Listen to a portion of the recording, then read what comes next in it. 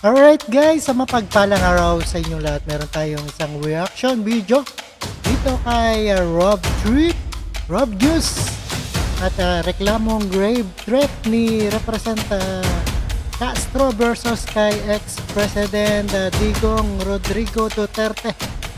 Binasura ng piskalya at ito ay binasura ng Quezon City Prosecutor Office ng reklamong grave threat na inihain ni ACT Teacher Party List na si Representa Franz Castro laban sa dating Pangulong Rodrigo Duterte.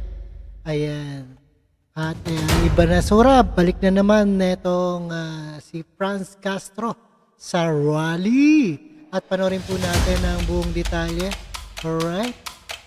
No other further ado, let's do watch guys kung bakit ayan na binazura.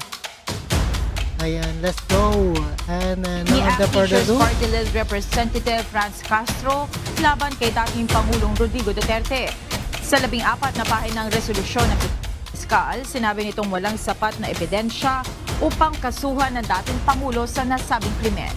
Ang sinabing pagbabantaan niya ay nangyari sa kasagsagan ng confidential fund at napabalitang impeachment laban sa anak ng dating Pangulo na si Vice President Sara Duterte.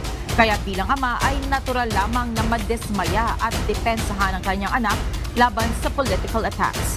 Dagdag pa ng piskal, hindi pangkaraniwan na ang pagbabanta o death threats ay gagawin sa publiko. Wala pang reaksyon dito si Representative Franz Castro.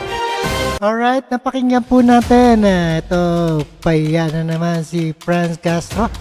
At balik to rally ang mga malulupet na tiwali sa ating lipunan. At maraming salamat sa panonood at pakikinig dito kay Sir Rob Trip. And see us again sa ating the next one. And thank you so much and keep safe and healthy and peace out. Thank you guys.